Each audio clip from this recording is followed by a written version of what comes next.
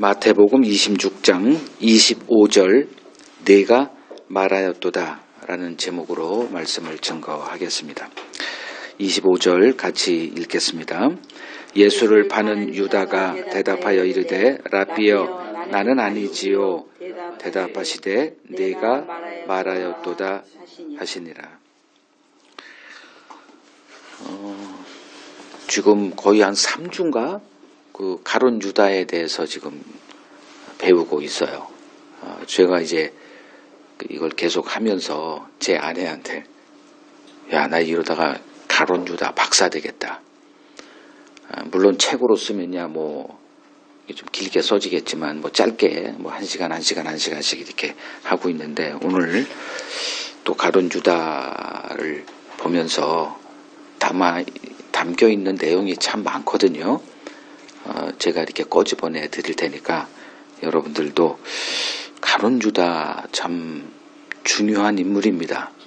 제가 그 예수님의 어록 1권은 지금 출간을 했고 이제 2권을 또 이제 집필을 시작을 했어요.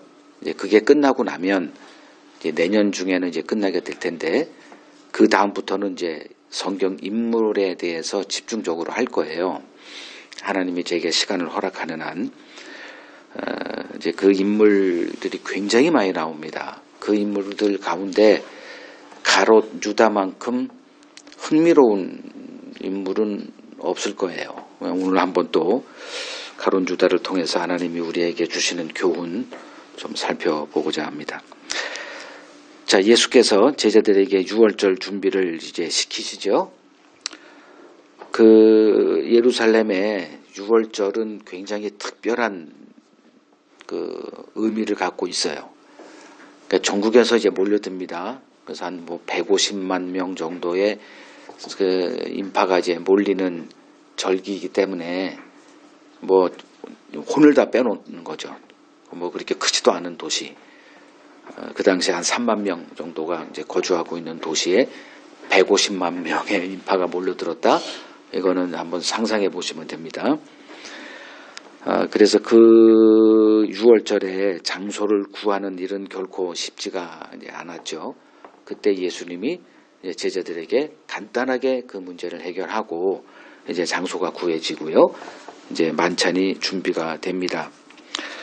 자, 이제 식사를 할 때쯤 이제 어떤 일이 벌어지냐.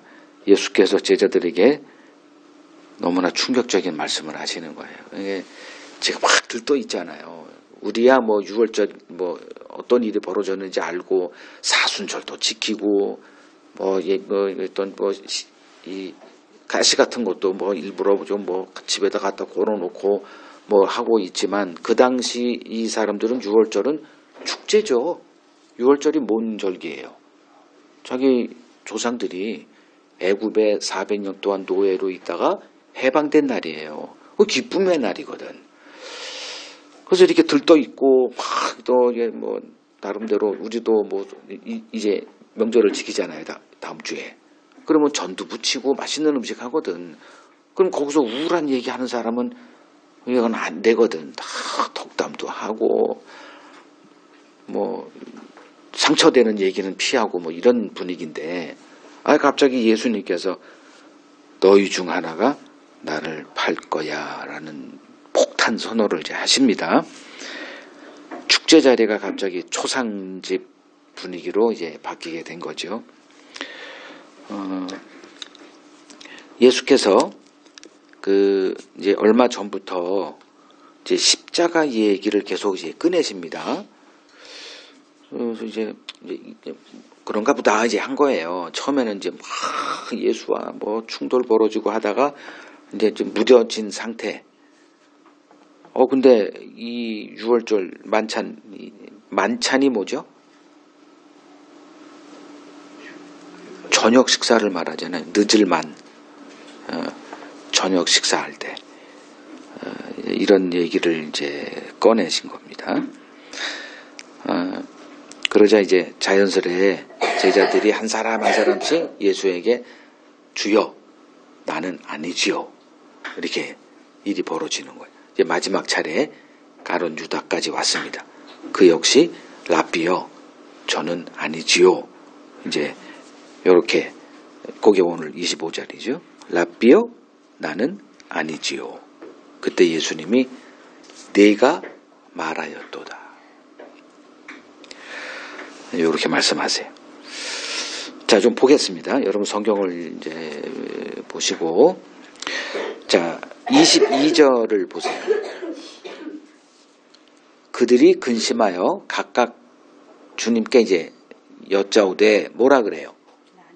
아니, 다 훌 문장을 주여 나는 아니지요. 자, 25절에 유다는 뭐라고 말합니까? 라삐요 나는 아니지요. 뭐 그냥 대충 넘어갈 수 있어요. 근데 이런 것들을 잡아내야 돼요, 여러분들이. 다른 제자들은 예수를 뭐로 보고 있어요? 주가 뭐예요?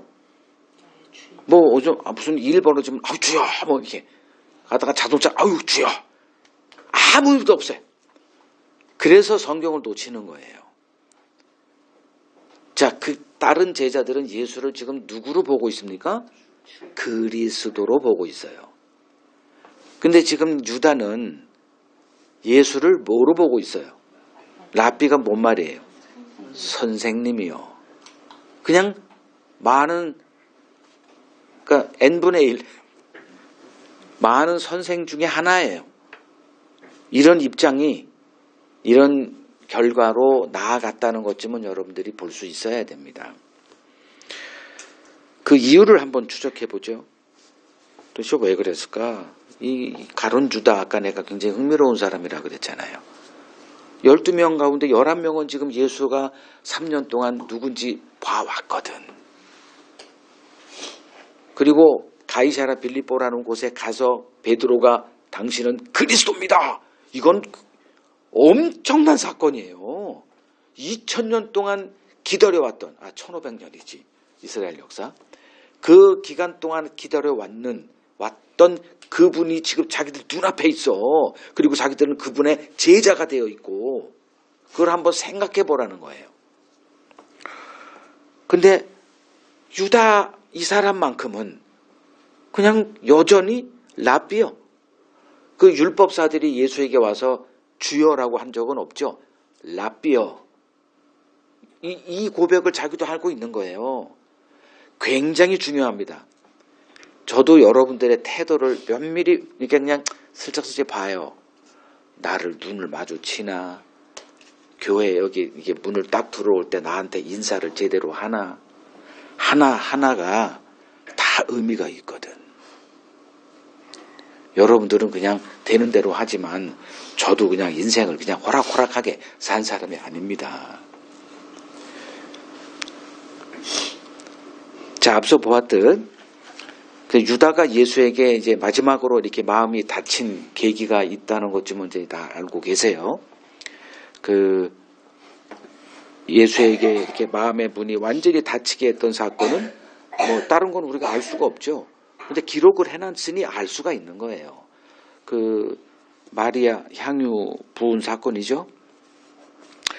누가 봐도 그 향유를, 그 비싼 향유를, 수천만 원 값이 나가는 그 향유를 예수에게 이렇게 부은 이 마리아, 어리석은 자로 보였죠.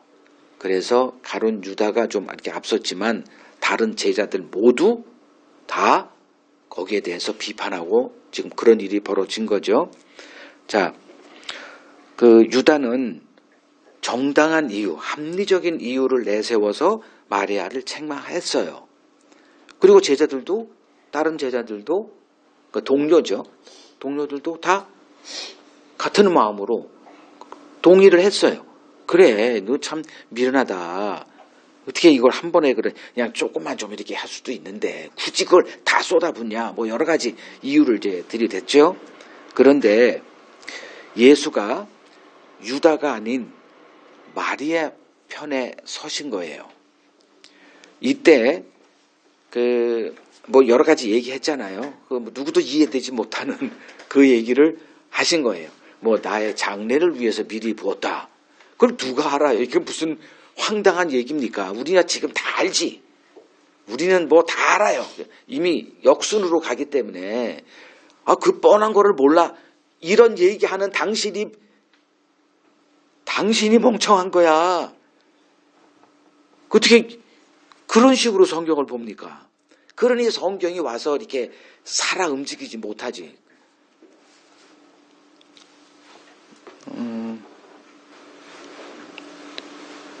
이제 예수도 당연히 자기 편을 설 줄 알았죠. 이거 우리들이 흔히 경험하는 거예요. 어떤 조직이든지. 내가 섬기는 상사나 뭐 회사의 사장, 뭐 회장, 그런 사람들에게 인정받고 싶어 하죠. 그래서 어떤 것을 이렇게 서류를 준비해, 프로젝트를 준비하고, 그리고 이제 때가 돼서 서로가 이렇게 내밀었을 때, 지금,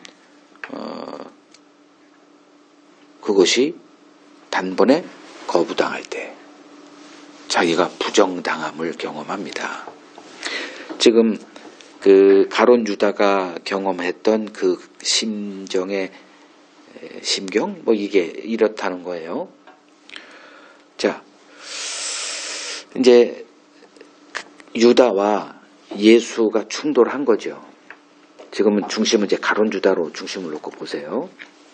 그러면 가룟 유다의 입장은 지금 예수를 따르는 자입니다. 예수 위에 있는 자가 아니에요. 그러면 어떤 게 충돌이 되면 이게 말이 안 돼. 할 수 있죠. 기분 나쁘니까. 내가 열심히 준비해서 뭘 이렇게 작성해서 했는데 그게 거부돼. 뭐 아내 같은 경우는 남편에게 열심히 2-3시간 음식을 준비했는데 한 숟갈 뜨다가 그냥 숟가락 딱 놓고 가버렸다. 이런 기분이 아니에요.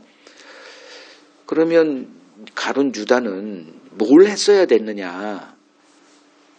내가 지금 뭐 잘못 생각한 거 아니야? 자기를 돌아봤어야 됩니다. 근데 가룟 유다는 그렇지 않았어요. 그냥 자기 고집을 그냥 밀고 나간 거예요. 만약 예수를 그리스도로 보고 있었다면 그랬을 거예요. 근데 그냥 뭐 여러 스승 가운데 하나예요. 네가 다 오를 수 없잖아. 이런 거예요. 근데 제가 지금 예수님을 대할 때는 예수가 절대 오름입니다. 이 무슨 말도 안 되는 어떤 성경 구절에서 제가 지금 예수님의 어록을 이렇게 쓰고 있지만 그냥 너무 편한 거예요. 그냥 예수님은 절대 오라. 나는 절대 틀려. 이거거든요, 저는. 그래서 뭐 하면 예수님의 절대 오름이라고 하는 이 기준이 있기 때문에 인생이 너무 쉬운 거예요. 이걸 뭐하러 따지고 들어갈 이유도 없는 거예요. 물론 처음에는 그런 과정이 있었죠. 그리고 어느 순간에 이거 내가 할 필요가 없구나. 이분은 절대 오름이구나. 라고 하는 그 입장이 딱 되자마자 이제 성경이 술술 풀리는 거예요. 그렇게만 관점에서 보면 되니까. 근데 가룟 유다는 밀고 들어가. 여러분, 제가 드리는 이 말씀을 잘 적용해서 대인관계나 어떤 자기가 속해 있는 조직에서도 다 적용하면 됩니다. 유다는 어떤 사람이었는가 이렇게 쭉 보니까 그냥 실용주의자였어요. 실용주의자. 이게 문제예요. 오늘날 기독교는 저는 실용주의 기독교라고 저는 생각을 합니다. 실용주의가 뭐냐? 기복주의예요. 그러니까 이제 기복주의 하면은 굉장히 부정적이니까 나는 아니야. 뭐 이렇게 말하니까 그냥 실용주의. 대부분의 목사들이 다 실용주의입니다.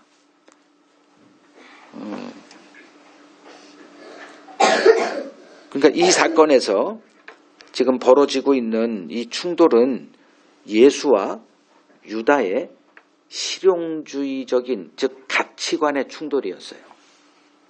가치관이 다르면, 가치관이 서로 다른 사람은 뭐 조금 의견이 다르면 뭐 좀 이렇게 양보하고 이렇게 갈 수는 있어요. 그러나 가치관이 다르면 동행은 불가능합니다. 그래서 고린도 후서 6장 14절을 보면 믿지 않는 자와 멍에를 함께 매지 말라. 의와 불법이 어찌 함께하며 빛과 어둠이 어찌 사귈 수 있느냐. 이런 얘기를 해요. 그러니까 믿지 않는 자, 여기서 뭘 믿는다는 거예요?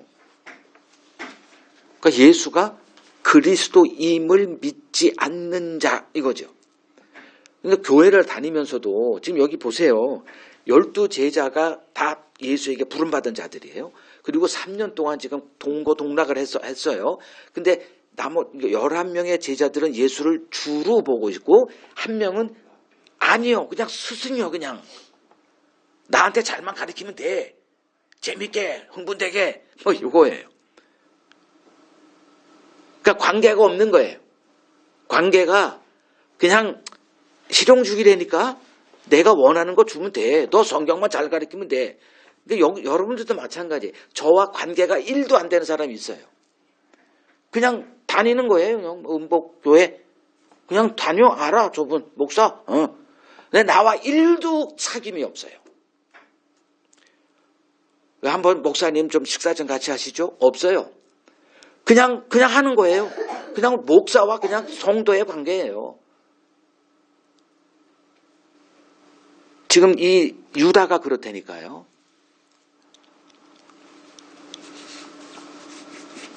자, 이 사건 이후에 이제 유다의 심리를 한번 이렇게 쭉 추적해 봅시다. 이제 굉장히 기분 나쁜 거예요. 지금 가룟 유다는. 가룟 유다는 어떤 사람이에요? 돈꾀를, 즉 재정부장이었습니다.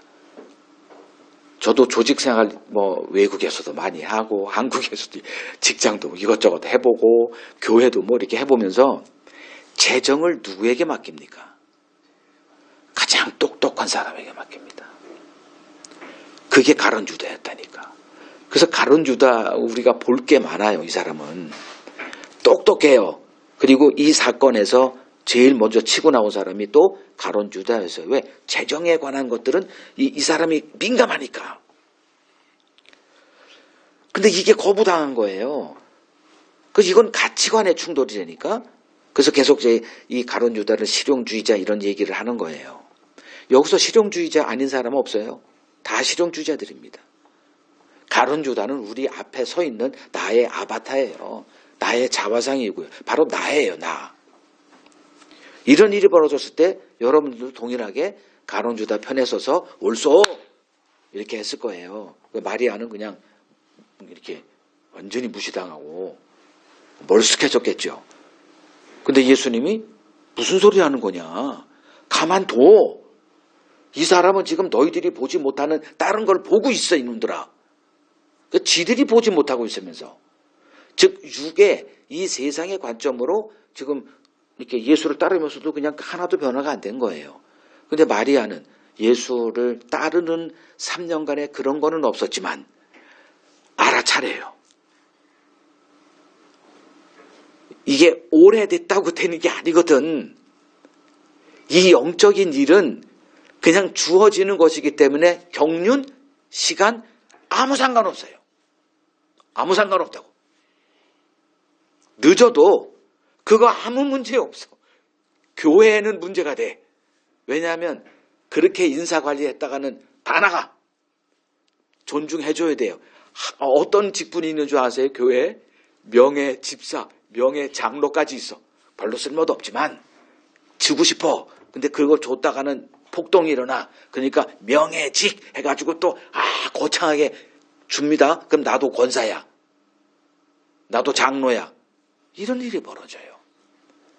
이건 여러분들 다 이해되는 것들이에요. 이거 잘못했다가는 교회 목회가 망가지면 문 닫아야 돼요, 교회. 그러니까 그런 것들이 그냥 자행되고 있는 거예요. 근데 이제 마리아는 달랐죠. 근데 보지 못하고 있는 것 때문에 이제 벌어진 일이고, 거기에 예수님이 마리아 편에 서니까 뒤집어진 거 아니겠어요? 이제 이 일 때문에 이제 유다가 내가 이 예수를 계속 따라다녀야 돼? 이렇게 된 거예요. 정말 너무 안타깝지. 요 때가 어느 때예요. 예수님 십자가 바로 전날이거든. 그리고 그 후에 부활하잖아. 너무 안타까운 거예요. 이놈의 성질머리. 이 가룟 유다의 성질머리. 조금만 좀 참고 있었을 걸. 그냥 이걸 못 참고 라이씨 톡 까놓고 얘기하자 이러잖아요. 그래가지고 판 다 깨잖아요. 대부분의 관계가 다 그래요. 뭐 저도 예외는 아니죠. 조금만 참을 걸. 근데 일은 벌어져요. 그걸 우리가 이제 보는 거죠. 자, 지금 유다는 이런 예수 내가 계속 따라다닐 이유가 없다. 이런 생각까지 이렇게 막 신경의 변화가 있어요. 요걸 누가 보고 있습니까? 마귀가 보고 있죠. 마귀가 그걸 놓칠 리가 없어요. 지금 예수의 등장 이후 마귀의 관심은 레이다는 어디에다 초점 맞춰요? 예수에게 맞춰 있는 거예요. 그러자마자 이제 예수가 공생에 시작하기 전에 찾아오죠. 그리고 야 배고프지? 그래 배고프다. 그냥 그래 줄래? 이거 해봐. 마귀가 계속 집적거리는 거예요. 계속 집적거려. 여러분들이 이 땅에서 그냥 그렇게 살 때는 그냥 내버려 둡니다. 근데 어느 날 복음에 이렇게 가까이 이렇게 이렇게 되면 비상이 걸려요. 귀신들 수하들이 띠띠띠띠띠 알려줘요. 그럼 마귀가 저놈 봐라. 운목마을 왔네? 뭐 이런 것들. 그러면 이제 거기서 이제 초비상이 걸리는 거야. 이거 봐라. 이거 농담입니다. 농담. 자, 이걸 마귀가 이 심격의 변화를 놓칠 리가 없어요. 여러분들 잘 조심하라고 하는 소리예요. 이런 일이 벌어지거든 우리 마음속에. 그러니까 이제 마귀가 이제 어떻게 해요? 야 이놈 걸렸네. 이 12명 가운데 하나인데 이놈이야. 안 거예요. 그래서 군부를 막 뗍니다. 그러니까 이 일을 유다는 전혀 몰라요. 그냥 자기 감정에 따른 거예요. 그냥 거기에 충실한 거예요. 근데 마귀가 지금 막 군부를 떼고 있어. 이걸 유다는 일도 지금 몰라요. 그러니 그냥 따라하는 거예요. 그건 내 생각이야. 그건 내 생각. 근데 누구 생각이야? 마귀의 생각이지. 우리는 보고 있어요. 이게 우리의 유익입니다. 결국 은밀히 예수의 원수들 편에 나아가서 은 30에 예수를 파는 거래를 하기에 이르게 됩니다. 챙길 건 챙겨야 되잖아 또. 은 30이면 그 뭐 한 노예 몸값 하나 정도 되니까 그것도 꽤 나가잖아요. 챙길 건 챙깁니다. 지금 유다는 내 안에서 무슨 일이 벌어지고 있는지 전혀 몰라요. 그냥 자기 감정에 충실하게 그냥 본능에 따라서 이렇게 하고 있는 거예요. 모르니 보지 못하니 싸울 수 없죠. 그죠? 베드로전서 5장 8절 9절을 보면 근신하라 깨어라 너희 대적 마귀가 우는 사자같이 두루다니며 삼킬 자를 찾나니 너희는 믿음을 굳건하게 하여 그를 대적하라. 여기서 믿음을 굳건하게 하라. 예수를 바라보는 너의 시각 흔들리지 마라 이 소리죠. 그래서 제가 예수님 어록 이걸 쓰면서 솔직히 너무 행복했습니다. 다른 어떤 책보다도 이 예수님 어록을 쓰면서 너무 행복했어요. 이 행복이 여러분들에게도 같이 되어지기를 이제 소망하지만 그건 모르겠어요. 자, 이런 마귀가 지금 어떻게 하는지 마귀가 하는 일도 여기서 다 나와요. 그놈이 무슨 일을 하고. 그러니까 여러분들도 다 주특기가 있잖아요. 마귀의 주특기가 뭐예요? 충동질하는 거죠. 충동질해서 뭐 하는 거예요? 예수에게서 끊어지게 하는 거. 어떻게든 간에 예수에게서 끊어지게 하는 거. 이거의 달인이에요. 잘 생각하시라고 여러분들.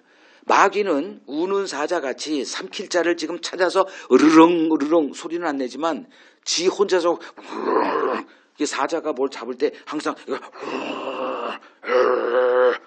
벨구까지 다 하네 내가 진짜. 기억나라고 하는 거예요 여러분들. 이렇게 하면서 그냥 잡아 탁 낚아채잖아요. 어떤 마음에? 예수의 실망에 성경을 들어도 뭐 이게 뭐 와닿지도 않고 뭔 소린지도 모르겠고 이걸 내가 했다가 이거 죽을 것 같고 이거 꼭 이거 날 망하게 할 것 같아. 요런 마음 개싸 탁 치고 들어가는 거예요. 그냥 일반 교회가 그냥 가서 이렇게 재미난 얘기 듣고 사람들하고 교제하고 뭐 전도도 하고 팀마다 너무 재밌어. 이거 뭐 이거 와서 하나도 없어. 그냥 뭔 말인지도 모르겠고.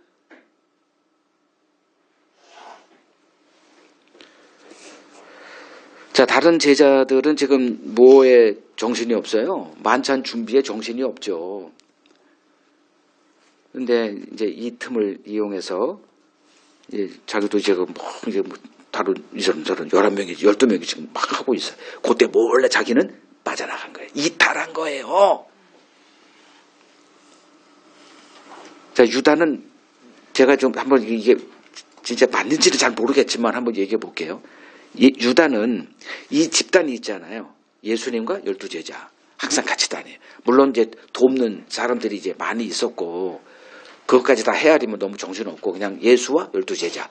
이 공동체에서 유다는 영적으로는 외톨이였다. 딴 사람들은 예수를 두루 보고 있다니까요, 지금.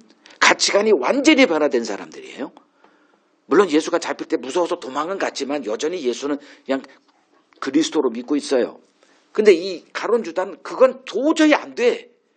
그러니까 남들이 다 11명이 주여 주여 주여 할 때 혼자서 랍비여 이랬거든. 영적으로는 외톨이였다. 육신적으로는 똑똑하니까 사람들이 걔한테 조언도 받고 야 인생을 그렇게 살면 안 돼 임마 이런 얘기를 들어서 유익을 했겠지만 이 영적인 대화에서는 유다를 뭐 누가 얘기해도 이게 안 돼. 이게 그 교회에 가면 이렇게 사람들을 막 끄는 사람이 있어요. 이런 사람들은 대부분 영적에 좀 무지한 사람들이에요. 다 좀 이육적으로 좀 탁월하거나 어떤 유능한 어떤 그런 또 들을 만한 그래서 실용적인 관점이죠. 이런 것들로 막 사람들을 끌어요. 그런 것들을 교회에서 용인합니다. 뭐 실업인 선교회 뭐 해가지고 각자가 갖고 있는 세상에서 이렇게 뭐 변호사 얼마나 세상에 변호사 저는 우리 가족이나 친구나 변호사자 한 명도 없어. 검찰 한 명도 없어. 판사 한 명도 없어. 그래도 살아와. 뭐 힘들어 하지만. 그 교회 가면 그런 게 있거든 다. 그럼 거기에 들어가면 그 사람하고 만나가지고 뭐 여러 가지 뭐 법률적인 것도 조언도 얻고 이런 거 이렇게 사람을 끄는 유능한 사람 가룟 유다가 그런 사람이에요. 그러나 영적인 문제에서는 이씨 맨날 못 알아듣고 그냥 말도 안 해. 그냥 모르니까 말도 꺼낼 수도 없어요. 재미도 없고. 그 가룟 유다는 요한복음 12장 6절을 보면 가끔 돈깨 자기가 맡고 있으니까 거기서 뭐 100만 원, 10만 원 살짝 이렇게 훔치는 일은 했어도 예수를 팔아서 돈을 챙길 생각은 한 적이 없었어요. 그런데 지금은 이야기가 다르죠. 왜? 마귀가 그를 장악했기 때문에. 그러면 가는 길은 뻔합니다. 이걸 오늘날 우리에게 적용하면 그냥 복음이 있는 곳에서 그냥 이탈해버리는 거예요. 즉 우리 음복교회 역사를 보더라도 제가 이제 간혹가다 이렇게 한번 쭉 봅니다. 왔다가 얼마나 기뻐했는지 몰라.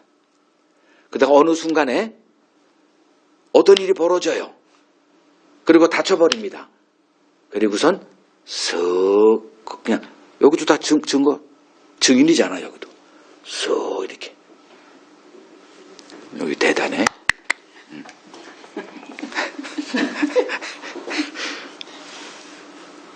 이야기가 다른 게 뭐예요? 이게 성경을 보는 유익이라니까. 아무도 몰라 지금 가룟 유다의 마음에 무슨 일이 벌어지고 있는지. 그래서 이런 면에 있어서는 다른 제자나 뭐 유다나 별 차이 없어요. 이미 베드로란 자도 예수에게 이 사탄이란 이런 소리 들었거든. 자, 이제 하여간에 은밀히 더러운 거래를 하고 이제 유다는 돌아왔죠. 뭐 아무 일 없다는 식으로 이렇게 제자들과 함께 이제 분주하게 이렇게 만찬 준비를 합니다. 자, 준비가 끝나고 만찬이 시작되죠. 이때 예수께서 제자들에게 너희 중 하나가 나를 팔 거야. 이제 이 소리를 한 거예요. 그러니까 제자들은 이게 뭔 소리야 이게 갑자기. 근데 가론 유다는 심정이 어때요? 전혀 다르죠. 자, 이때 제자들이 이제 차례대로 설마 전 아니죠. 이제 유다 차례입니다. 라비요, 나는 아니지요. 자, 이때 예수님의 반응이죠. 내가 말하였다 이거예요. 이거 진짜 일주일 내내 이게 뭐야 이게. You said so예요. 그냥 네가 그렇게 말했다예요. 뭐 다른 말이 있는 줄 알고 또 헬라어로 찾아보고 그냥 그거야. 네가 말했어.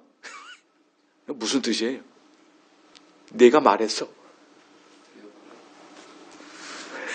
그래서 이걸 제목으로 삼은 거예요. 저는 제가 좀 이렇게 좀 어렵다 하는 것을 딱 타겟을 삼고 때려 무너질 때까지 그걸 안 놔요. 진돗개 같이. 이게 뭔 뜻이에요 도대체? 자, 좀 찾아보죠. 유다는 지금 자신의 일을 예수에게 감추려는 마음에서 이 말을 한 거죠. 그러나 예수님은 어때요? 너도 아니냐? 이게 아니잖아. 다 보고 있는 거예요 지금.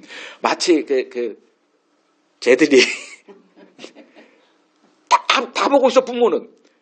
근데 못 보는 걸로 알고 있는 거야. 그리고 저 안 했어요. 그거 다 보고 있어. 그때 뭐라고 얘기합니까? 네가 말했다. 이제 앞으로 이걸 쓰세요. 이거 뻔해 이거 거짓말이야 이거. 난 다 알고 있는데. 근데 막 지금 변명하고 있고 딴소리 하고 있어. 네가 말하였도다. 이거 한마디로 우리는 정리하면 돼 이제. 자, 이게 무슨 말이냐, 무슨 의미냐. 예수님 지금 다 보고 계세요. 뭘 보고 계시냐. 지금 유다가 왜 이런 지경까지 오게 됐는지를 보시면서 무슨 마음일까요? 너무 고통스러운 거예요. 얘가 어떻게 이렇게까지 되었을까. 물론 예수님은 이놈을 제자로 선택할 때 팔 거 알고 계세요. 그러나 예수님이 그래 너 나 팔 놈이야 가 이렇게 하지 않으세요. 고통을 느끼신다니까. 괴로워하셨어 이렇게 얘기를 해요. 자, 그의 의지와 유다와의 의지와 상관없이 뭐에 붙들려 있어 지금. 마귀에 붙들려서 예수 파는 일에 쓰임받고 있는 이 유다의 딱한 처지를 지금 보고 계시는 거예요. 그래서 유다에게 하신 내가 말하였도다. 이 말씀 의미가 무슨 뜻이냐. 나는 내가 하려는 일을 막지 않을 거야. 내가 하고자 하는 일을 어서 가서 행하라. 이게 담겨 있는 거예요. 이게 얼마나 무서운 말인지 아세요?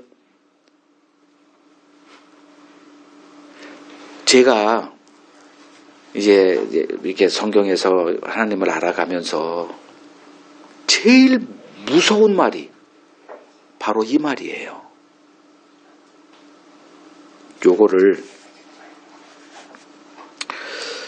이제 좀 더 이제 살펴보겠는데,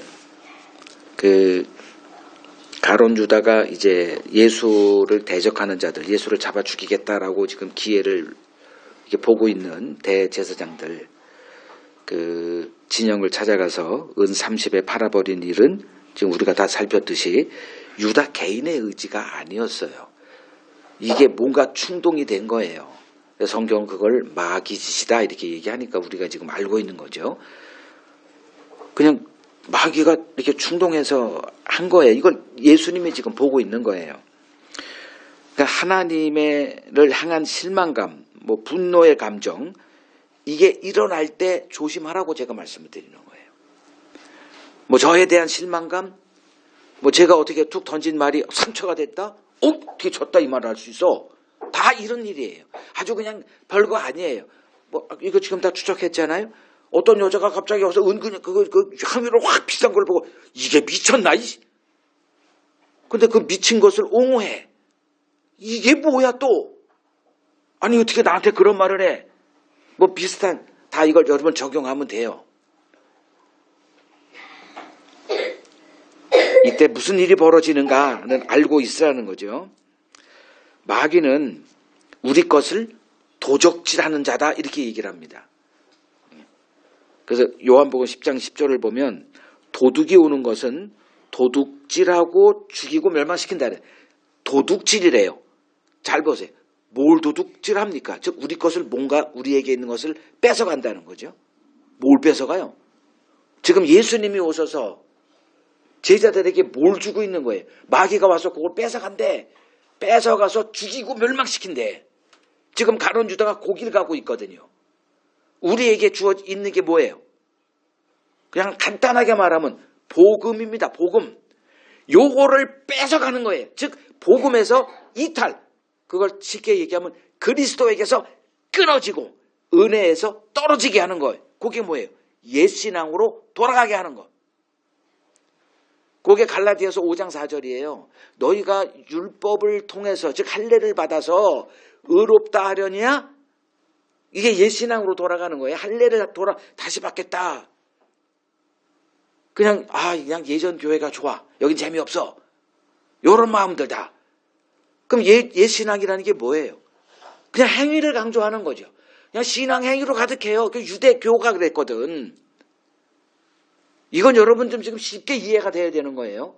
이걸 아주 또 헷갈린다 그러면 나는 솔직히 대책 없죠. 정말 심각한 문제입니다.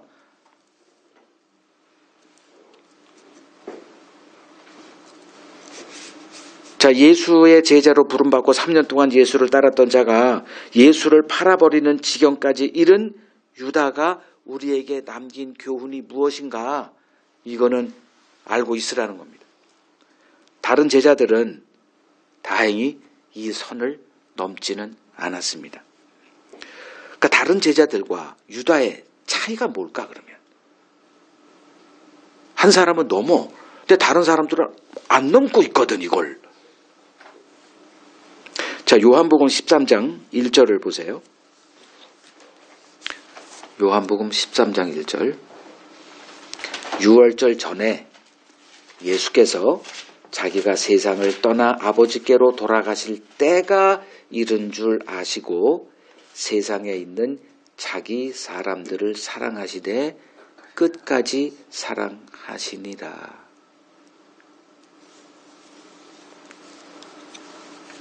예수님은 선택한 제자들을 사랑하셨어요. 어떻게? 끝까지 사랑해요. 우리는 끝까지가 없죠. 중간에 예상해. 예상하죠? 오래 못 갈 것 같은데. 근데 예수님은 끝까지예요. 시작한 거 끝까지 포기 안 하세요. 이게 하나님의 고집이거든. 자, 이 제자를 사랑하신 거에 질문. 가룟 유다도 포함된다? 안 된다?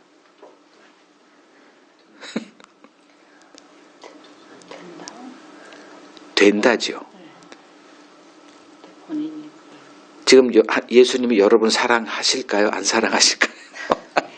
그러면 사랑하셔 이게 되지. 가룟 유다도 사랑하셨어요. 그래서 고통을 느끼신 거예요. 비록 아니지만 태어나지 않았으면 좋을 뻔한 사람이었지만 애초부터 멸망의 자식이었지만 같이 3년 동안 같이 했던 그 자가 지금 마귀에게 사로잡혀서 자기 의지와 상관없이 지금 이 일을 하고 있는 그 모습을 보면서 안타까워하는 거예요. 여러분들의 자녀도 마찬가지지. 몰라 쟤들은. 그러니까 지금 막 그거 하고 있어. 이러면 안 되는데. 이 마음이 지금 가룟 유다를 보시는 예수님의 마음이에요. 근데 가룟 유다는 지금 몰라. 예수님이 자기를 지금 이렇게 사랑하고 계시는데 이 형이상학적인 것은 몰라. 왜? 실용적인 사람이니까. 지금 눈앞에 있는 이 현실만 보고 있으니까.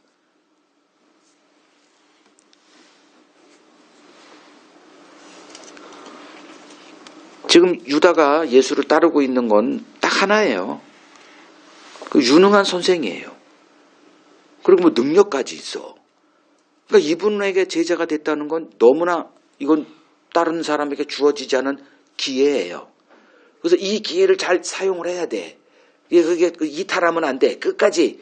그러면 예수가 이거 뭐 할 사람이거든. 그러면 거기에서 떡국물을 큰 거 하나 내가 얻어먹겠다. 이거 생각으로 지금 하는 거예요. 대부분의 신자들이 지금 이 모습으로 교회를 다니고 있다니까. 이거 부인할 수 있는 사람 나와보라 그래요.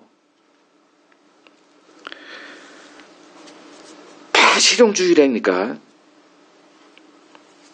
사랑 개념보다 자기가 설정한 목표 성취가 관심사예요. 여기서 자유로운 사람이 있어요? 그래서 망한 겁니다.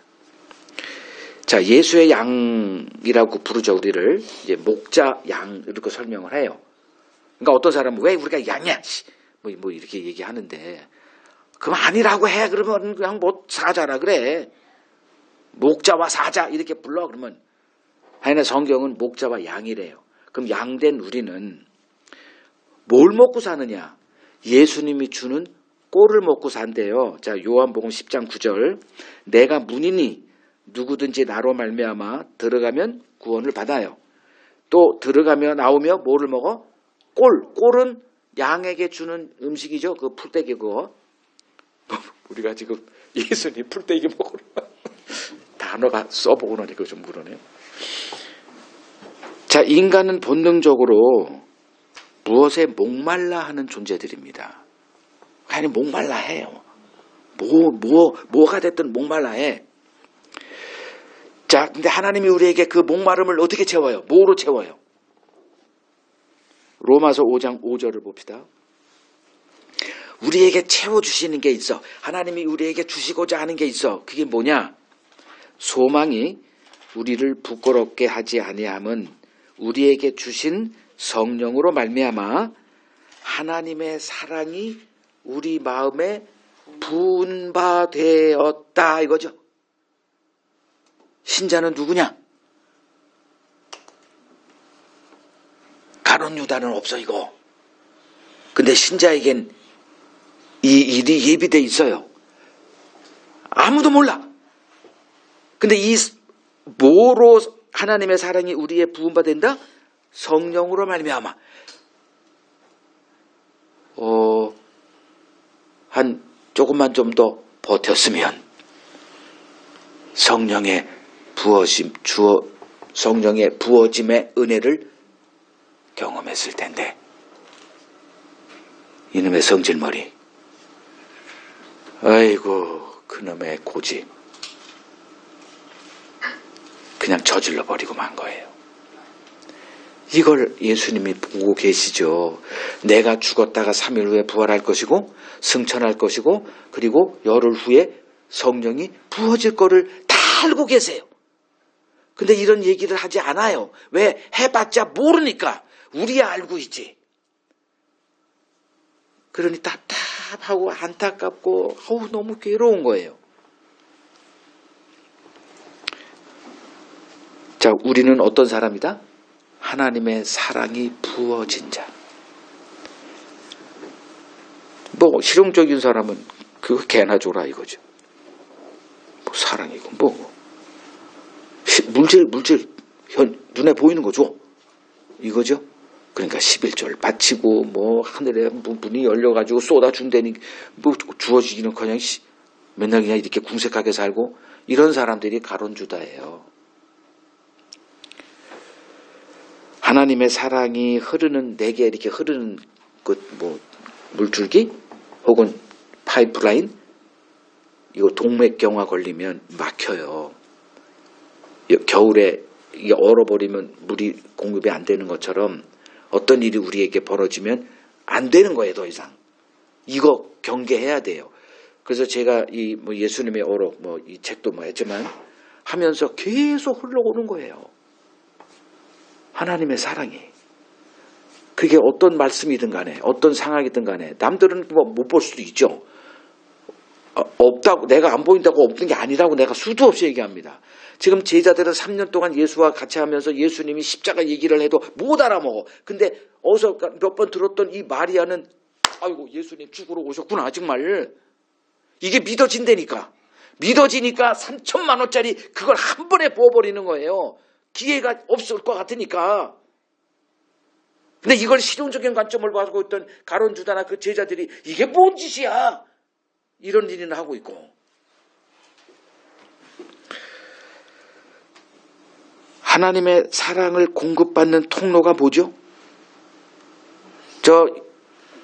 누구야? 부처님처럼 어디 나무 아래에서 이러고 있으면 사랑이 공급되나요? 그런 법은 없습니다. 그러니까 묵상과 명상, 제가 한번 그 묵상집을 제가 썼으니까 이 묵상이 통로가 뭐예요? 성경이고 성경. 이놈의 이건 명상이야 명상. 왜 이렇게 괴롭지?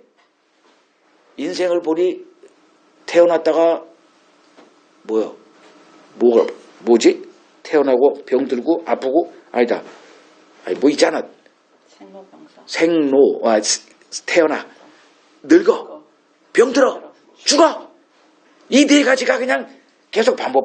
이거 뭐야? 이거 인생이 뭐야? 근데 누구는 이렇게 잘 살고 누구는 이렇게 거지같이 살? 이 땅에서 벌어지. 과거에 업보 사상 태어나고. 윤회. 그럼 이것을 벗어나는 게 뭐냐? 이거 자체가 없어. 해탈. 이게 구원이구나. 이런 거, 이건 명상이죠. 저는 명상을 한번 생각해 봤어요. 이 업보 이런 것들. 이건 말도 안 된다. 저는 알고 있어요. 이 시간이 아니니까. 그게 하면 또 시간이 길어져요. 이건 말도 안 된다. 근데 그 많은 사람들이 거기 넘어가. 그리고 그 철학의 대명사 이제 유럽 사람들이 이 동양 이 불교의 사상에 우와 이런 거였구나 해가지고 그냥 머리 깎고 여기 와서 막 이거 하잖아요. 왜 그거까지 생각 못하지? 하여간에 묵상 개념 지금 설명한 거예요. 묵상은 뭐가 있어야 된다? 성경이 있어야 돼. 성경. 이 말씀만이 하나님의 사랑의 통로예요. 이걸 게을리한다? 동맥경화 걸리는 거예요. 가룟 유다의 길 가겠다는 거예요. 그래서 묵상이 우리 일상이 되게 하라는 거죠. 이거는 우리의 특권이자 의무예요. 예수의 말씀에 깨달음이 없던 유다는 하나님의 사랑을 받을 길이 완전히 차단되어 있는 상태에서 지금 예수와 함께하고 있는 거예요. 이런 유다에게 남은 선택지는 그냥 돈을 추구하는 길 하나였습니다. 뻔한 거예요. 자, 유다에게 예수께서 네가 말하였도다. 자, 이 말씀을 요한복음의 관점으로 좀 보죠. 요한복음 13장 가세요. 요한복음 13장 조금 아까 봤죠? 자, 끝까지 사랑했다. 1절. 2절을 보니까 유다의 마음에 예수를 팔려는 생각을 마귀가 벌써 집어넣어요. 요거는 예수님도 보고 계시고 마귀도 알고 있고 유다도 모르고 아무도 몰라. 그리고선 예수님이 뭐 하세요? 3절부터 17절까지 그 유명한 세족식. 이걸 또 흉내내고 있어. 이 바보 같은 교회가. 무슨 이렇게 행사를 하면서 요걸 꼭 집어넣더라고. 그리고 귀뜸을 해. 여러분들 오늘은 좀 발 좀 씻고 오세요. 이렇게 귀뜸을 하면 다 알지. 아이고. 씻고 오는 거 뭐하러 씻어. 아이고 답답해 정말. 미치겠어 정말. 더러워야 씻기면서 이런 것까지 해. 이래야지. 에이그. 해도 좀 제대로 좀 하지. 자, 다 씻겨요. 그리고 뭔 얘기를 해. 베드로는 또 내 몸까지 목욕시켜달라고 이런 말만 나오고 이놈아 다 발만 씻겼으면 된 거야 임마. 뭔 소리지도 몰라. 그냥 그렇게 끝나요. 그리고 이제 21절을 가보세요. 쭉 밑으로. 예수께서 이 말씀을 하시고 어땠다? 이것 때문에 제가 아까 예수님이 고통스러웠다 얘기하는 거예요. 심령이 괴로워 증언하여 이르시되 내가 진실로 너희에게 이르노니 너희 중 하나가 나를 팔 거야. 이게 난리가 났죠. 22절 제자들이 서로 보면서 이놈이야 저놈이야 이제 자가 진단 들어갑니다. 그때 베드로가 24절 머리짓을 했다 그러죠. 누구에게? 예수에게 가장 가까이 있는 그 꼬맹이 요한에게. 예수 옆에 가슴에 기대에 그렇게 누워있었대. 근데 베드로가 이렇게 한 거야. 신호를 줬더니 이놈이 알아먹어.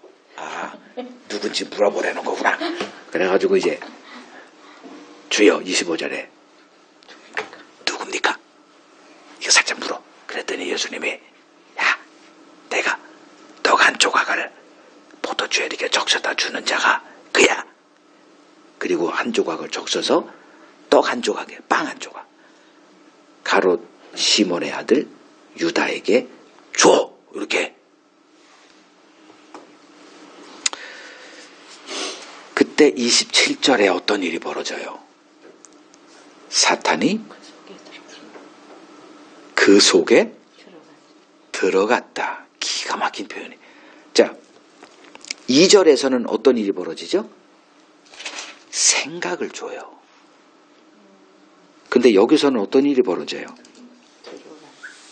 마귀와 유다가 한 몸이 돼요. 성찬식이 뭐죠? 예수와 우리가 한 몸이 되는 거죠. 근데 가론 유다에게는 엉뚱한 일이 벌어지고 있어요. 이 성찬식에서 마귀와 유다가 하나가 됩니다. 그래서 뭐라 그래요? 27절 예수께서 유다에게 이르시되 내가 하는 일을 속히 하라 이렇게 되죠. 그래서 아까 제가 내가 말하였도다 요걸 뭐라고 했어요? 이제 내가 더 이상 너를 막지 않겠다. 내가 하는 일을 가서 속히 하라. 이렇게 말씀드린 거예요. 자, 여기서 잘 보세요. 27절 내가 하는 일을 속히 하라. 너 누구를 말하는 거예요?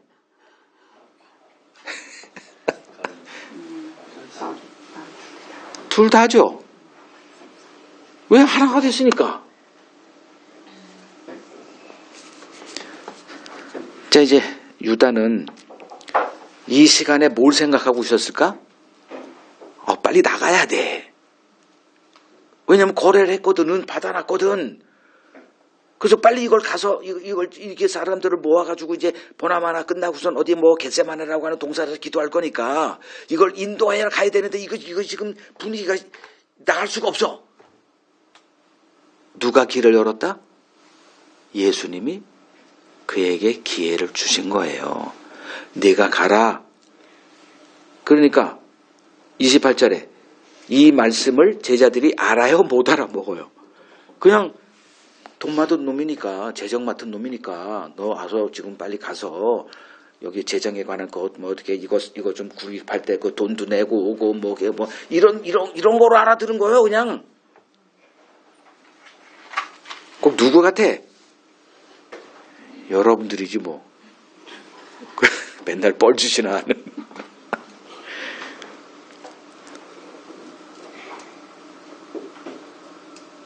유다는 예수의 이 말을 그냥 그런 줄 알고 자기도 슬쩍 그리고 이행하는 척하고 당당하게 나가죠. 자, 유다는 내가 하는 일을 속히 하라. 제자가 중에 하나가 판다 그래. 아는 것 같았다가 또 이 말을 들으면 또 모르는 것 같고 유다도 헷갈리는 거예요 지금. 제자들이 다른 제자들이 생각한 것처럼 얘도 그냥 편의적으로 그냥 그렇게 생각하고 그러잖아요, 여러분들. 부모는 다 알고 이렇게 던지니까 부모님 몰라. 넘겼어. 그리고서 이제 막 하는데 부모는 가슴 아픈 거예요. 이렇게. 자, 이제 이 말 내가 하는 일을 속히 하라. 요걸 그 중심으로 제가 좀 말씀을 이어갈게요. 이 말은 무슨 뜻이에요? 아까도 언급했죠? 이제 내가 너를 놓아주겠다. 유다는 너무 좋죠. 왜? 그게 소망이었으니까. 근데 아까도 제가 말씀드렸듯이 제가 어떤 일이 있어도 이 한 말씀만큼은 내게 하지 말아주세요. 요게 요 말이에요. 내가 너를 놓아주겠다. 이거는 저한테는 사형 선고입니다. 왜냐하면 그렇게 살아왔으니까. 예수님 절 붙드신 거죠? 지금도 오늘도 붙들고 계시죠? 내일도 붙드실 거죠? 그때까지 붙드실 거죠? 이게 나의 유일한 소망입니다. 근데 지금 가룟 유다에게 내가 너를 놓아주겠다 선언하신 거라니까요. 이제 내가 더 이상 너를 간섭하거나 붙잡는 일 없을 거야. 내가 하고 싶은 것, 내가 가고 싶은 길 가라. 이 선언이에요. 자, 제자들이 지금까지 예수님과 함께 할 수 있었던 것은 그들이 예수를 좋아해서가 아니에요. 예수께서 그들을 붙들고 계셨기 때문이에요. 증거, 뭐 소설 쓰는 건 아니니까 요한복음 6장에 보면 그 오병이어 사건 있죠. 그리고 나서 예수님이 자기를 임금 삼고자 하는 자들, 실용주의자들이니까 도망가 버려요. 근데 끝까지 따라와. 그래서 이 지상교회는 예수님 재림 전까지 굳건하고 더 번성할 거다. 절대 안 떠납니다. 이 예수 누가 떠나? 그러고 나서 이제 그 따라온 자들에게 예수님이 이 성찬식, 이제 다음 주 설교가 되겠죠? 피를 이렇게 나의 피다, 뭐 언약의 피다, 뭐 이런 얘기를 하시는 거. 그거를 미리 요한복음 6장에서 한 거예요. 내 떡을 내 살을 먹고 뜯어 먹으라는 거, 내 살을 뜯어 먹으라고. 그리고 나의 피를 먹고 그러면 살아. 이렇게 얘기한 거예요. 그러니까 못 알아듣고 다 떠나잖아요. 다 떠나. 근데 안 떠나, 제자들은. 그리고 그러니까 그때 예수님이 그들에게 너희도 갈래? 그러니까 베드로가 또 나오죠. 영생의 말씀이 주님께 있는데 우리가 어디 갑니까? 이게 베드로의 말로 생각하세요? 이 말이 무슨 뜻인지 베드로가 알고나 했는 줄 아세요? 그냥 술 취해가지고 술 취했을 때 이런 말이라니까. 이 말은 좋아서 예수에게 붙어있는 게 아니라 예수께서 그들을 붙들고 있었기 때문에. 그리고 가룟 유다에 또 나와. 거기도 가룟 유다도 안 떠나. 왜? 이 일이 있어야 되니까. 그래서 그 얘기로 끝난다니까요. 이 요한복음 6장이. 자, 붙들려서 여기까지 왔는데 가룟 유다는 거기까지였어. 자, 로마서 1장 28절을 보세요. 또한 그들이, 이건 보세요, 여러분들. 또 단어도 설명이 돼야 되니까. 로마서 1장 28절. 또한 그들이 마음에 하나님 두기를 싫어하매 하나님께서 그들을 그 상실한 마음대로 내버려 두사 합당하지 못한 일을 하게 했다. 이렇게 나옵니다. 자, 하나님 두기를 싫어했다. 근데 오늘날 교회는 이런 말을 다 부인하죠. 우리 하나님 좋아해요. 근데 문제는 왜 이들이 하나님 두기를, 마음에 하나님 두기를 싫어했다는 걸까요? 하나님이 어떤 분이길래? 좋은 일 하는 분을 왜 버려요? 그러니까 오늘날 다 하나님 좋아해요. 하나님 따라가겠습니다. 이러고 있죠. 왜 하나님 두기를 싫어해요? 어떤 하나님이길래? 오셔서 우리 운전대를 달라고 하니까 싫어하는 거죠. 그러니까 우리는 뭐예요? 선악과를 먹었다. 내 인생에 내가 주체가 되겠다는 뜻이잖아요. 그러니까 내가 운전대 잡고 가겠다는 거예요. 예수님은 조수석에 앉아. 그리고 내가 위험할 때 좀 도와주고, 내가 졸릴 때 좀 깨우고, 요런 일만 하면 돼. 그리고 내가 좀 먹이고, 햄버거 좀 주고, 이랬다는 거예요. 11조도 좀 쳐주고, 미안해. 내고, 뭐 좀 주고, 명절 때 좀 봉투 좀 주고, 이렇게만 하고. 그게 여러분들 아니에요? 예? 운전대를 완전히 예수님에게 넘겨, 내가 조수석에서 예수 따라갑니까? 이러니까 싫어하는 거예요. 자, 이 땅에 속한 인류는 하나님의 내버려 두심의 상태, 이걸 저는 고아라 표현합니다. 고아들로 존재해요. 고아가 누굽니까? 예수님은 이제 자기 제자들에게 내가 너희를 고아와 같이 버려두지 않겠다 했어요. 고아가 가장 불쌍한 자입니다. 고아는 태어났는데 누구요? 부모가 없네? 부모는 뭐예요? 최소한 20년 동안, 20년이요. 굉장히 깁니다. 짐승들은 한 몇 시간이요? 그냥 몇 시간 하고 지들이 걸어가더라고. 물론 이제 엄마 따라가서 젖도 먹고 그러지만, 근데 인간은 최소 20년이에요. 내가 볼 때는. 어떤 애는 좀 40년 되는 애도 있지만, 캥거루 가죠. 캥가루, 뭐 자식이라, 세대라 그러나? 부모 그 품속을 떠나지를 않아. 근데 뭔 얘기하다 그러지? 고아는 한 20년 동안 이렇게 뭐 학교도 다니고 하겠지만 최소한 가정이라는 곳에서 부모를 봅니다. 그리고 부모는 뭐 하는 사람들이에요? 같이 놀아주는, 뭐 그럴 수도 있지. 친구들 요새는 뭐 놀아주지 않으면 막 꼰대라 그래가지고 다 이상한 문화가 됐는데, 부모는 기본적으로 양육하는 자입니다. 20년 동안 그 아이가 이제 사회 진출해서 살아야 되는데, 너 이랬다가 임마 너 거기 가서 임마 이런 거잖아요. 밥 먹을 때 임마 또 뭐 얘기해봐. 나만 하지 말고 다 하잖아. 너 말을 그따위로 해 임마. 내가 선물 사오면 어떻게 해야 돼? 싫어도 좋은 척 해 임마. 이런 거 하잖아. 이런 인생의 어떤 살아갈 수 있는 가장 기본적인 소양을 양육을 해서 내보내는 그 역할이 부모예요. 근데 고아는 없어. 그 고아는 대충 보면 이렇게 나와요. 뭐 몰라. 공감의식이 없어. 그냥 상대방이 뭔 얘기할 때 이거 어떻게 살아가요?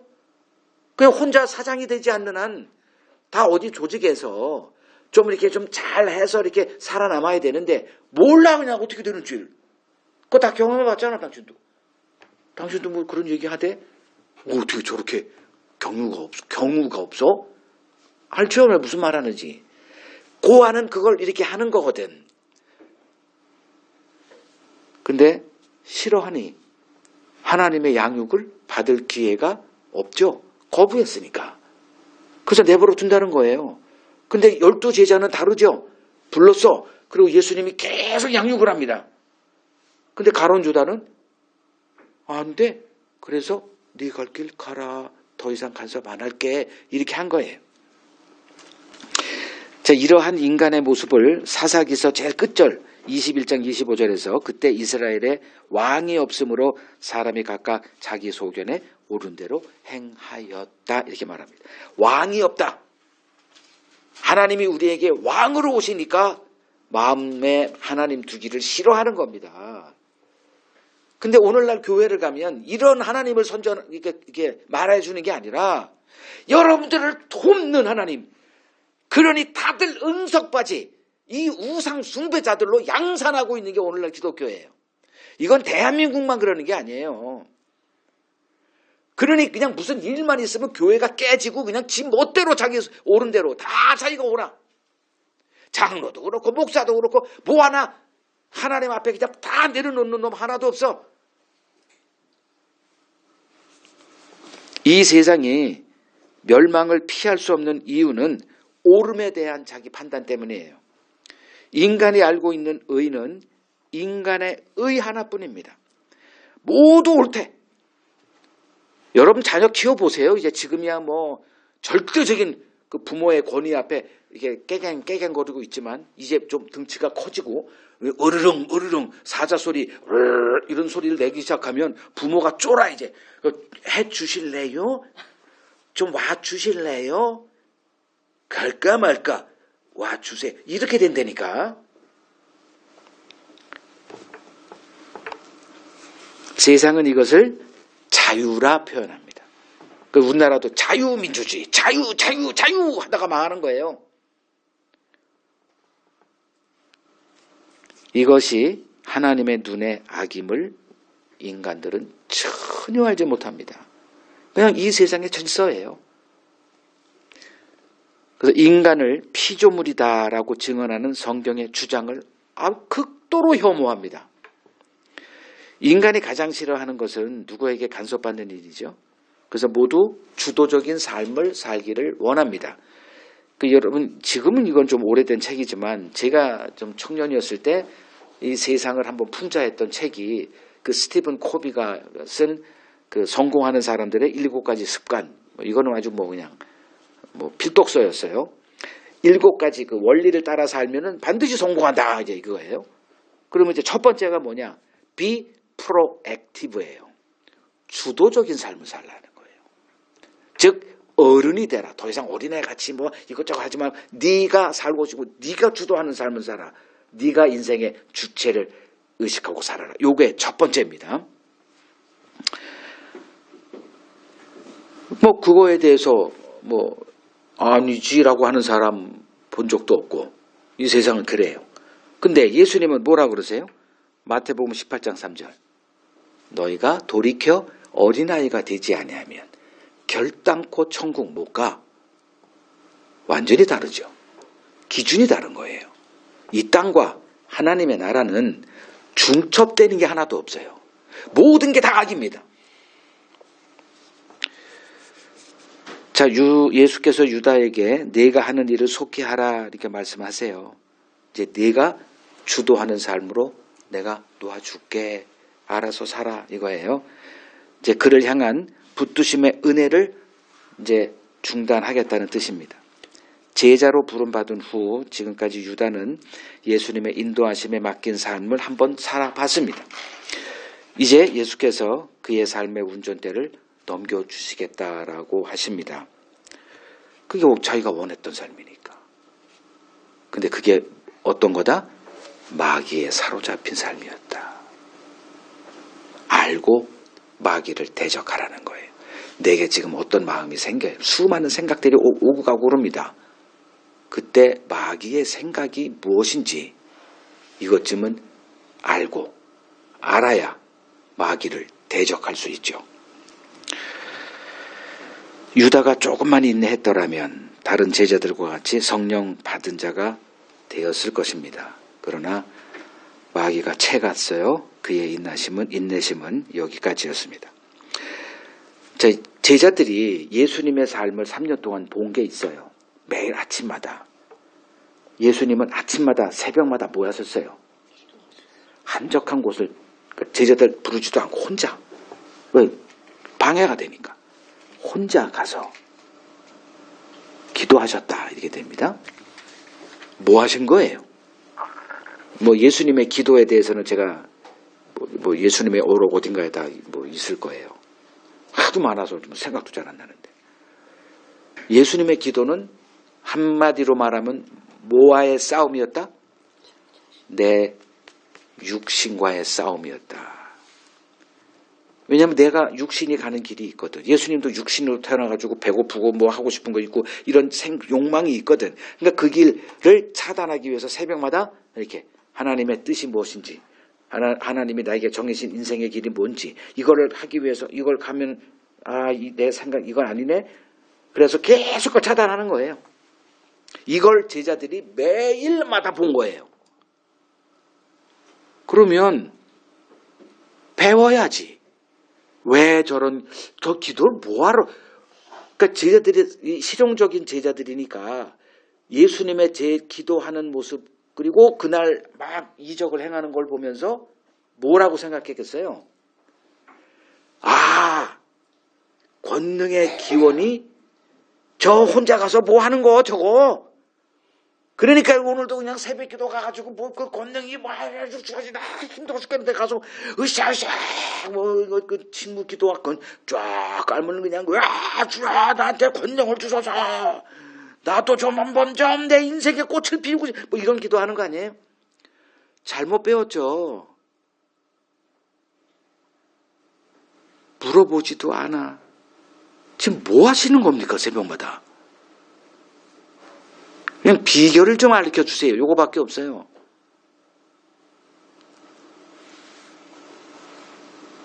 그 유다도 뻔했죠. 그것 좀 비결 좀 배우려고 했는데 예수님이 그걸 가르치시는 분이 아니잖아요. 자기 지금 망하는 길로 가고자 지금 나와 싸우는 그 처절한 싸움을 싸우고 있는데 어떻게 하면 성공할 비결을 예수에게 찾고 있으니 이게 맞지가 않는 거죠. 결국 자기 소견대 옳은 대로의 옛삶으로 돌아가 버리고 맙니다. 제자로 부름받은 은혜가 주어졌지만 유다는 이를 소화할 능력이 없었습니다. 자, 마귀와 한몸 된 유다에게 네가 하는 일을 속히 하라 라고 하시죠. 이 유다에게 벌어졌던 일이 우리에게도 벌어질 수 있을까? 어떻습니까? 이 일이 우리에게도 벌어질 수 있을까요?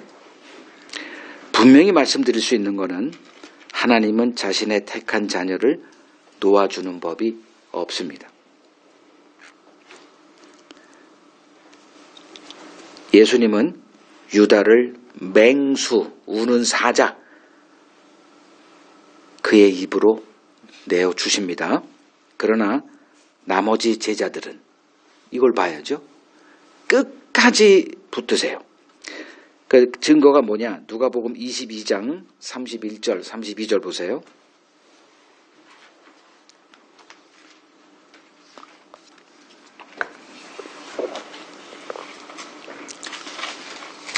누가복음 22장 31절 시모나 시모나 베드로를 향해서 하는 거죠. 보라, 사탄이 너희를 밀가부르듯 하려고 요구하였다 이거죠. 그러나 너희를 예요. 너희를. 너가 아니라 다예요. 다. 그 중에 하나는 넘어갔죠. 허용을 했어요. 그러나 내가 너를 위하여 내 믿음이 떨어지지 않기를 기도하였다. 그러니까 예수님이 새벽에 기도 그것도 마찬가지. 그것도 있을 것이고 나와의 싸움도 있을 것이고 돌이킨 후에 네 형제를 굳게 하라. 우리를 붙드시는 하나님의 은혜는 우리의 고집과 변덕을 초월하여 역사하는 하나님의 권능입니다. 자, 우리의 삶의 여정 가운데 가론 유다 같이 생명의 길에서 이탈할 때가 있어요. 이때 하나님께서 잠시 우리를 내어 주시죠. 내 의도는 전혀 다른 거예요. 가론 유다와에게 그래 한번 가봐라. 이거와 우리에게 그래 한번 가봐라. 이건 전혀 다른 의미예요. 그러니까 하나님께서 우리를 이제 놓아주세요. 그래 네 고집 그래 한번 가봐 이렇게. 이때 어떻게 이제 우리가 뭘 경험하냐 하면 마귀의 체질. 여기서 얘기했던 밀가부르듯 하는 거. 요걸 체질이라고 그러죠. 그것을 이제 경험하게 해요. 그걸 다른 말로 하면 세상의 쓴맛을 한번 경험하게 합니다. 우리는 세상을 이렇게 좀 뭔가 이렇게 환상빛으로 이렇게 바라봐요. 특히 젊은이들, 나이가 들은, 이건 요새 상관없더라고 보니까. 머리가 희끗해서 좀 인생의 경륜인 줄 알았더니 요새 돌아가는 걸 보면 그놈들이나 애나 똑같더라고 보니까. 그래서 노인도 이거 소망 없다. 그냥 알아서 살아. 그 수밖에 없어요. 각자 도생밖에 없습니다. 그래서 그 세상 쓴맛을 이제 경험함으로써 이제 자기 고집 피움에 쓴 결국을 맛보고 아버지 품으로 이제 돌아옵니다. 이게 하나님이 의도하시는 거예요. 이것을 회개다 이렇게 말합니다. 그 누가복음 15장에 보면 그 탕자 비유 흔히 말하는 그 아버지께 와서 이미 정해놓은 내 분깃을 상속분을 그냥 주세요. 그 나이 들어서 받아서 뭐 합니까? 그냥 이 파팔할 때 그냥 좀 사용하고 좀 이렇게 나도 좀 내 인생 살고 싶습니다. 그러니까 아버지가 허용을 하죠. 요게 그거예요. 그리고선 처음에는 돈이 있으니까 막 사니까 재밌죠? 돈이 있으니까 사람들이 좋아하죠. 돈 없어 봐. 당장 돌변하는 게 세상이에요. 세상이 그렇게 만만한 곳이 아니거든. 너만 실용적인 게 아니라 다 실용적이에요. 너만 똑똑한 게 아니라 다 똑똑해요. 거기서 이제 쓴맛을 보고, 그때는 좋았는데, 그때서 비로소 아버지를 생각합니다. 이게 진짜 좋은 거였구나. 그때는 그렇게 싫었는 게 그제서야 그리고 아버지 품으로 돌아오죠. 그때 아버지가 뭐 하고 있었어요? 그가 오는 모습을 보고 기다리고 있다니까. 됐구나. 그리고 다시 아무 일 없다는 듯이 원래 모습으로 회복시키죠. 반지를 끼우고 뭐 잔치를 하고 뭐 옷을 입혔다는 게 그거예요.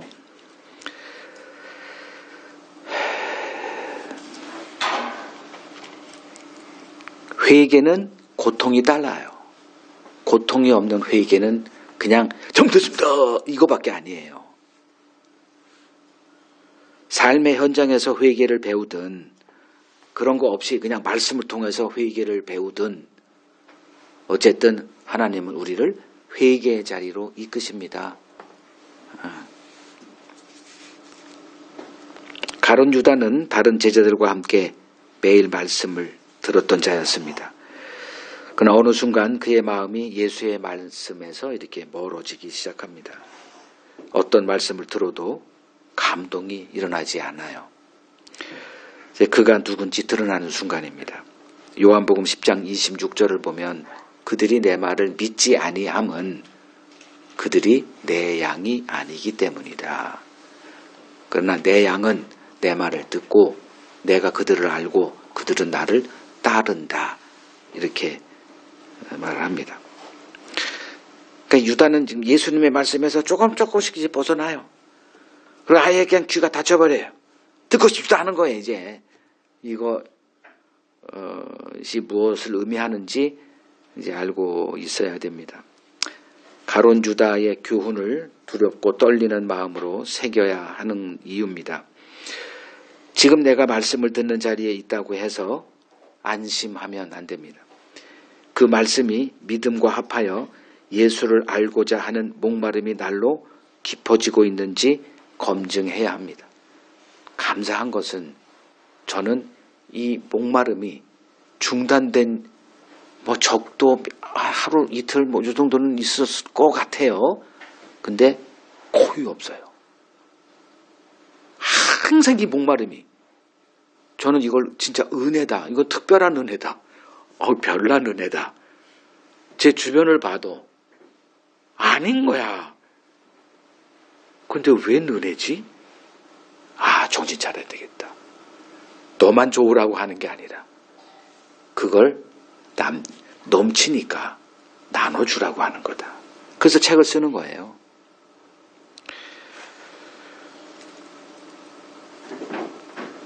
내가 지금 예수에게서 떠나지 않는 것은 내 의지가 아니라 나를 천국 자녀로 택하신 하나님의 의지라는 것 알고 있어야 합니다. 어른됨 추구하지 마시고 끊임없이 어린아이의 그를 추구하는 삶을 이어나갔으면 좋겠습니다. 한 구절 읽고 마치겠습니다. 베드로전서 2장 2절에서 3절입니다. 갓난아기들 같이 순전하고 신령한 젖을 사모하라. 이는 그로 말미암아 너희로 구원에 이르도록 자라게 하려 함이라. 너희가 주의 인자하심을 맛보았으면 그리하라. 어른은 이 길 안 가요. 제가 어른 돼 본 적이 있습니다. 목사의 자리입니다. 그래서 목사들과 교제하고 사귐의 장소를 굉장히 오래 한번 맛을 본 적이 있어요. 신령한 젖 꿈 깨십시오. 거기서는 더 나름대로 지들끼리 얘기하는 그 음식이 있어요. 이거는 성경이 말하는 그 음식이 아니에요. 경계하십시오. 그리고 분별하십시오. 그리고 내게 내 마음속에 어떤 일이 벌어지는지를 예밀하게 살피십시오. 주님의 은혜가 항상 여러분들에게 가득하기를 소망합니다.